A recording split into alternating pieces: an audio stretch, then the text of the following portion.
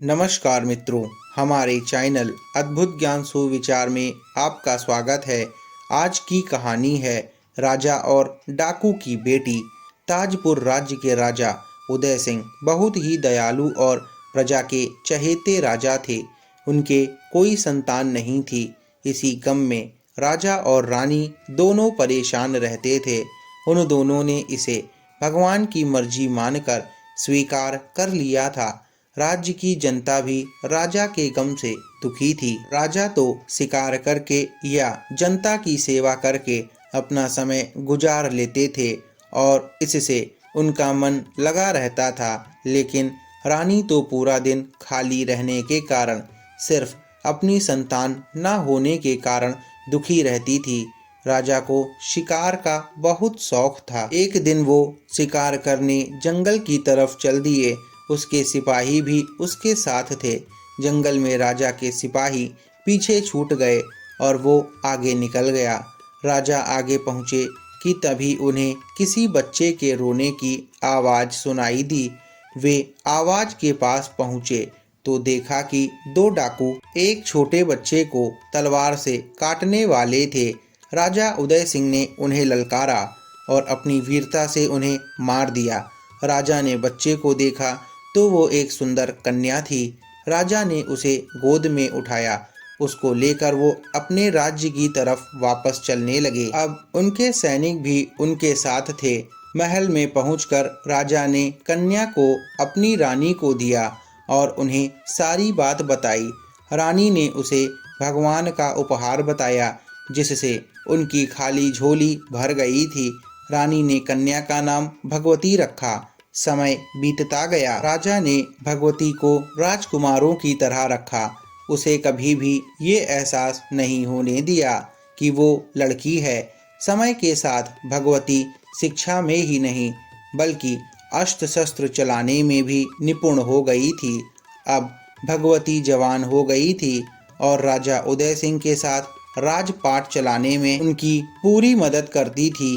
वह भी राजा उदय सिंह की तरह राज्य की प्रजा की चहेती थी।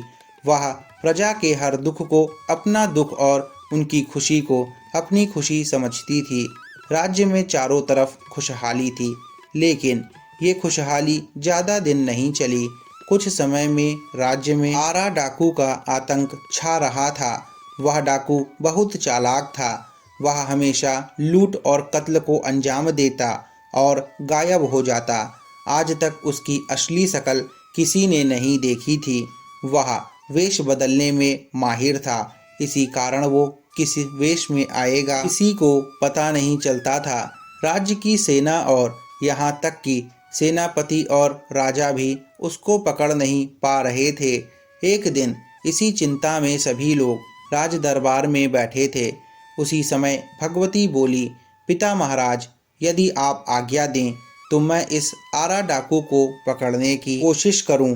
राजा बोले, भगवती, सारी सेना और सेनापति सहित हम भी कोशिश करके हार गए, लेकिन यदि तुम भी कोशिश करना चाहती हो तो जैसी तुम्हारी इच्छा, लेकिन सावधान रहना, वो बहुत खूंखार है। भगवती ने उन्हें धन्यवाद कहा और उनकी आज्ञा लेकर वह दरबार से बाहर निकल गई। उसी रात भगवती ने एक मर्द का वेश बनाया और राज्य में घूमने लगी। वह हर जगह घूम रही थी। बाजार, गलियों, खेतों में लगातार घूमते हुए उसे 5 दिन बीत गए, लेकिन वो आरा डाकू का पता नहीं लगा पाई। किंतु वह कत्ल, लूट को अंजाम अभी भी दे रहा था। भगवती ने आरा डाकू के बारे में और जानकारी जुटाई और उन घरों के लोगों से मिली जहां पर डाकू ने कत्ल और लूटपाट की थी।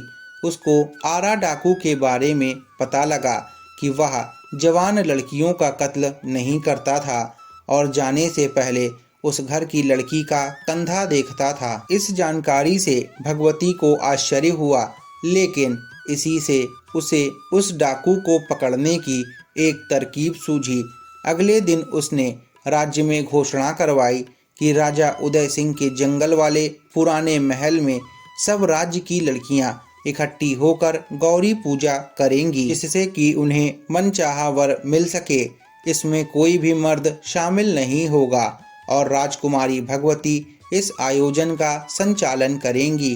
तय अनुसार भगवती कुछ बहादुर लड़कियों को साथ लेकर जंगल के महल में पहुंची और डाकू का इंतजार करने लगी। उसे पूरा विश्वास था कि डाकू इस घोषणा को सुनकर जरूर आएगा।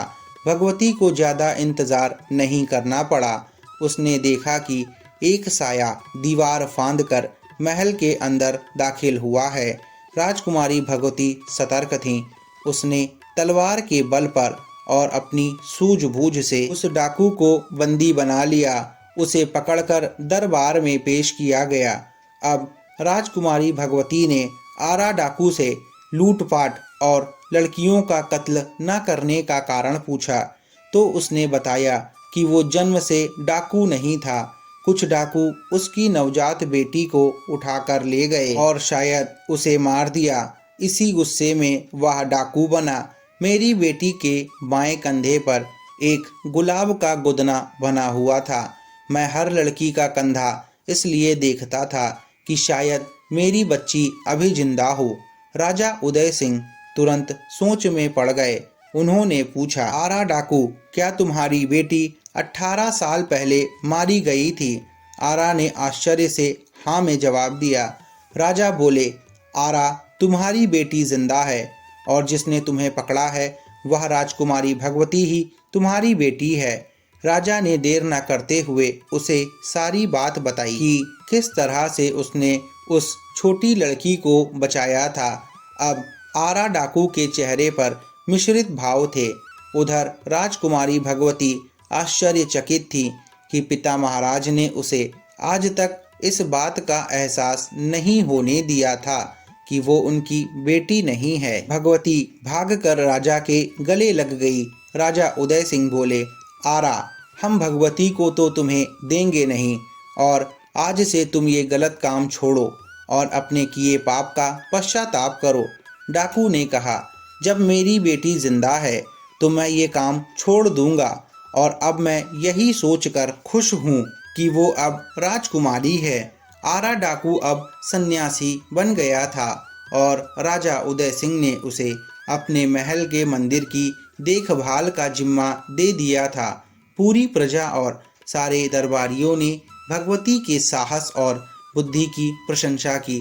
मित्रों, आशा करते हैं कि आपको ये कहानी पसंद आई होगी और अभी तक आपने हमारे चैनल अद्भुत ज्ञान सुविचार को सब्सक्राइब नहीं किया है तो सब्सक्राइब कर लें और आगे भी ऐसी ही पौराणिक कथाओं और कहानियों के नोटिफिकेशन पाने के लिए बेल आइकन को दबाना ना भूलें।